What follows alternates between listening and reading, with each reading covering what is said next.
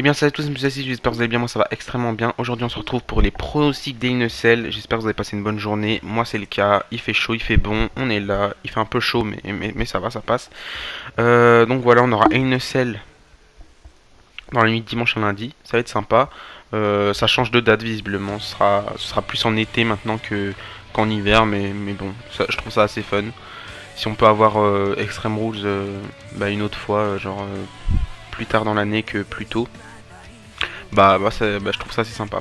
Donc voilà, ça fait assez bizarre d'avoir un deuxième pay-per-view NSL assez rapproché, mais ça va le faire. Je sais pas combien il y a de NSL match, j'ai pas trop regardé la carte. Je sais juste un truc, c'est que ce qui était censé être le mini-event a été décalé un jour en avance. Du coup ce soir, parce que à l'heure où je tourne la vidéo, on est vendredi 18h, 18h. Bah oui, 18h41, mais on est le 18 juin, et donc ce soir c'est SmackDown. Moi je vais pas regarder, parce que comme vous le savez, je suis toujours plus la WWE ces derniers temps. Donc voilà, il y aura le main event de ce qui était censé être le main event de NSL qui sera dans le main event de SmackDown à la place. Donc il y aura un petit truc bizarre, mais je vous en parlerai quand je vais vous pronostiquer ce match en fin de vidéo. Donc voilà. Bon, pour ceux qui veulent pas que je raconte ma vie, passer un petit peu, passer un petit peu la vidéo, comme ça vous passez directement au pronostic. Donc pour ceux qui savent pas, j'avais changé de compte Instagram puisque sur mon compte principal Instagram j'ai 2000 abonnements et sur mes 2000 abonnements il n'y a que du catch.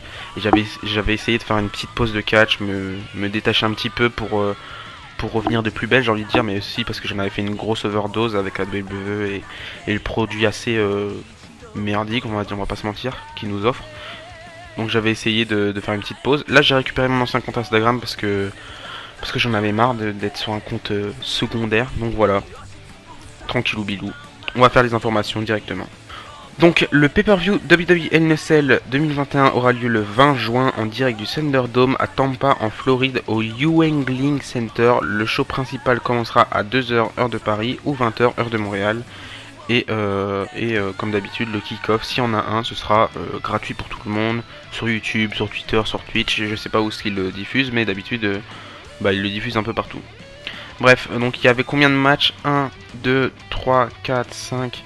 Logiquement, il y avait 5 matchs, je l'ai annoncé. Il y en a un qui a disparu, donc il n'y en a que 4 pour le moment. C'est assez bizarre. L'innocel, on a l'impression qu'ils n'ont pas écrit L'innocel, ils ont eu du mal. Mais bon, il y aura encore, comme d'habitude, des matchs qui seront ajoutés en dernière minute. Donc voilà. C'est pour vous dire la hype de LNSL, hein. Il y a zéro hype. Premier match qui pour moi est le match le moins intéressant de ce pay-per-view.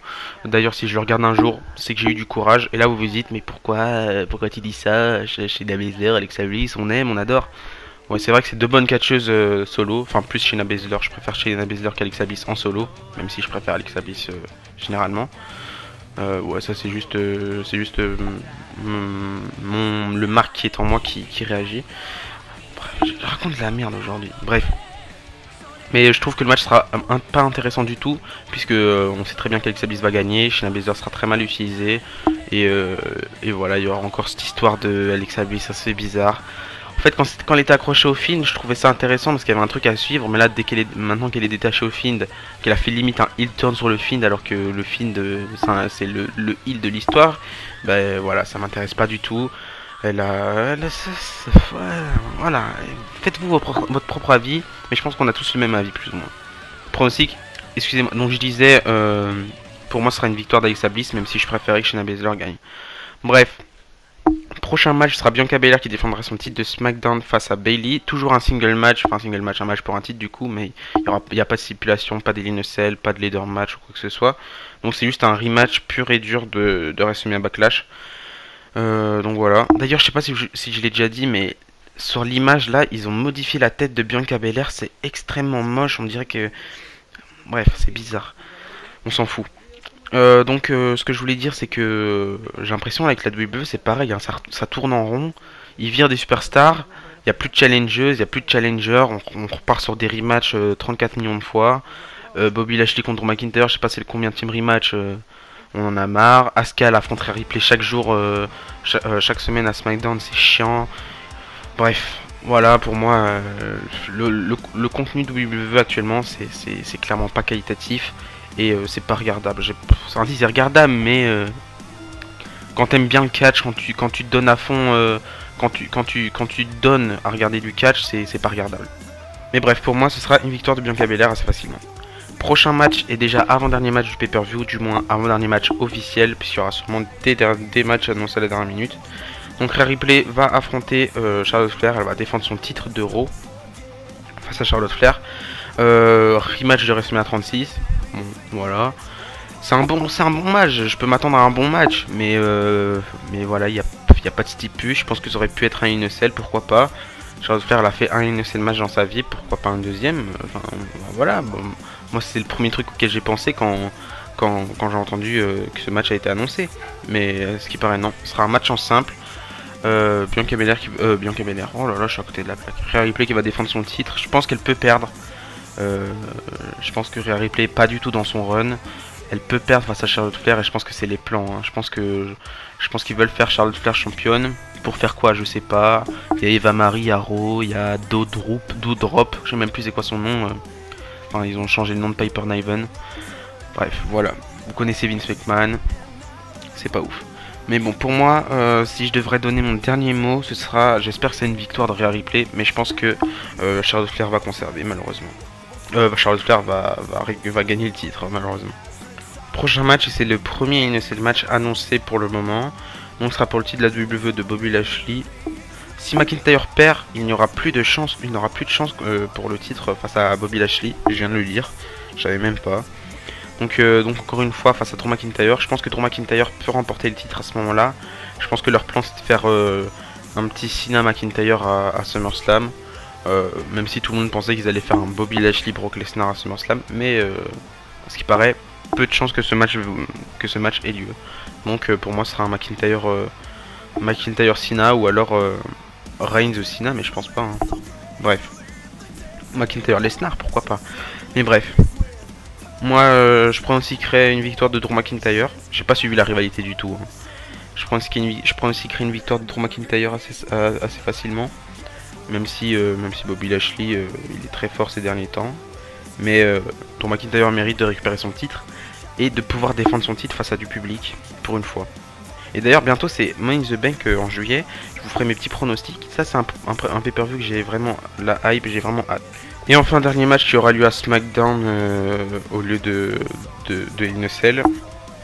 Rey Mysterio, qui est champion par équipe avec son fils, du coup, qui affrontera Roman Reigns, le champion universel actuel, depuis Payback déjà, ça fait presque un an, bientôt un an. Le temps passe, mais moi j'aime bien son run, et je trouve qu'il s'est très bien rattrapé depuis l'époque où il était nul au micro. Donc comme j'ai pu le voir il y a peu de temps, je pense même la news a été annoncée aujourd'hui, ce vendredi matin, enfin je sais pas quel horaire aux États-Unis, mais vendredi matin pour ceux qui habitent en Europe, logiquement, enfin dans l'ensemble. Donc le match a été devancé et aura lieu pendant SmackDown ce vendredi. Je pense que même je pense qu'il y a eu un problème, genre ils veulent faire un truc. Moi mon avis c'est quoi, c'est que Rey Mysterio va perdre et qu'il y aura une intervention pendant le match et que Dominic Mysterio va faire le match face à Reigns ce dimanche à In a Cell. Donc voilà, c'est ce que je pense. Ou alors si c'est pas ça, ce sera Jimmy Uso face à Reigns pour faire la petite similitude de In a Cell l'année dernière, que c'était Jey Uso contre Roman Reigns pour ceux qui se rappellent pas. Mais bref, voilà. En tout cas, SmackDown, j'espère que le match va être bon. Moi, je vais pas le regarder parce que je regarde plus SmackDown, même si c'est très bon en vrai. Hein. SmackDown, je vous conseille. SmackDown et NXT, je vous conseille. C'est vraiment très très bon. Mais voilà, j'ai plus trop envie de regarder quand il n'y a pas de public. Donc voilà. Et donc, je crois que j'ai lu un truc dans le genre. C'était Rey Mysterio qui avait décidé que le match ait lieu à SmackDown. Enfin, dans la storyline pour ceux qui savent. Et bref, donc victoire de Roman Reigns pour moi. Donc voilà, c'est la fin de mes pronostics. J'aurais bien aimé vous proposer d'autres matchs comme je le fais d'habitude quand il y a peu de matchs sur la carte. Mais malheureusement j'ai un contretemps, non c'est faux. Mais malheureusement comme je suis pas la WWE en ce moment, je sais pas qu'est-ce qu'il peut y avoir. Peut-être un match par équipe Orton et Riddle face à AJ Styles et Omos, mais je pense pas du tout. Je pense qu'ils vont nous caler des matchs assez pourris genre quoi, bah, je sais même pas, je peux même pas savoir il y a quoi comme match pourri, mais bref. Donc voilà. J'espère que les pronostics vous ont plu, n'hésitez pas à faire vos pronostics dans les commentaires. Comme d'habitude, je suis toujours à côté de la plaque. Je suis toujours là pour bégayer quand il faut, mais bon, ça changera pas. Hein. Si un jour ça change, vraiment c'est un miracle. Et je parle pas de la musique de César. Blague pourrie. Bref, d'ici là je vous dis à la prochaine et on se retrouve le mois prochain pour les pronostics de Hell in a Cell. Hell in a Cell. Oh là là là là. Vous voyez, je suis à côté de la plaque. Pour les pronostics de Money in the Bank 2021. Et si pas, s'il y a un miracle se produit, je ferai une vidéo avant. Je sais pas, peut-être qu'il se passera un truc. J'aurai envie de faire une review en 2 spi ou un truc dans le genre. Ou peut-être une vidéo à thème, je sais pas. À thème Ben Arfa. Bref, et d'ici là je vous dis à la prochaine. Et n'oubliez pas, tant qu'il y a du catch, j'ai l'espoir. Bisous bisous.